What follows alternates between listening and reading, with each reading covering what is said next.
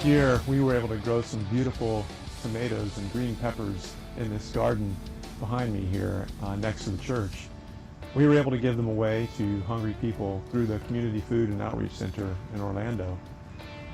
But as you can see behind me, this year there are no green peppers, there are no tomatoes to harvest. That's because we didn't plant any back in September. It's simply impossible to reap where we have not sown. And this reminds me of what the church has done in the area of financial discipleship.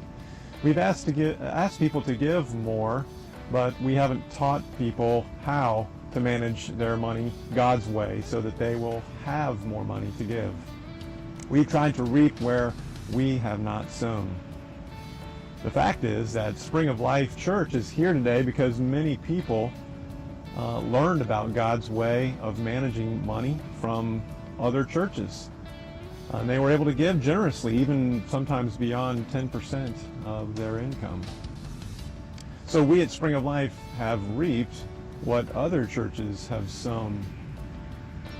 So now it's our turn to step up, I think. We believe God has created us to be generous givers. We are created in the image of a God who gave his own Son for the world out of love. Now, I can't yet imagine that level of generosity, but I know this: we are created in the image of that God who gave his own Son for the world. We are created to be generous givers. Now, I think most people want to give more than they do. They see the need and potential for making a difference, but what I read today is that most people are pretty much broke.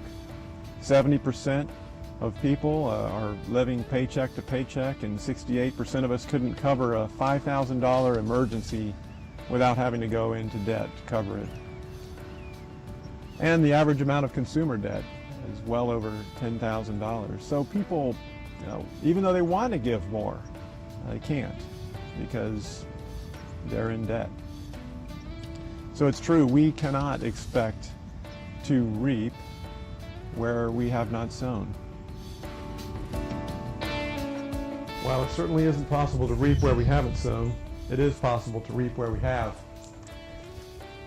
I planted these tomato plants about 90 days ago. And over the last 90 days, I've watered them, I've weeded them, I've fertilized them, I've picked caterpillars off of them, and I've put this little fence around them to protect them from the critters. And now I see that I've got some fruit to enjoy. Tomatoes.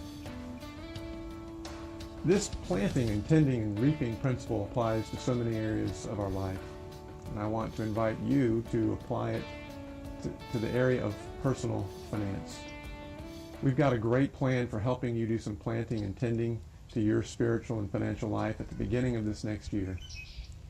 Did you know that the average person who takes Financial Peace University will pay off $5,300 in debt and save $2,700 during the 90-day course?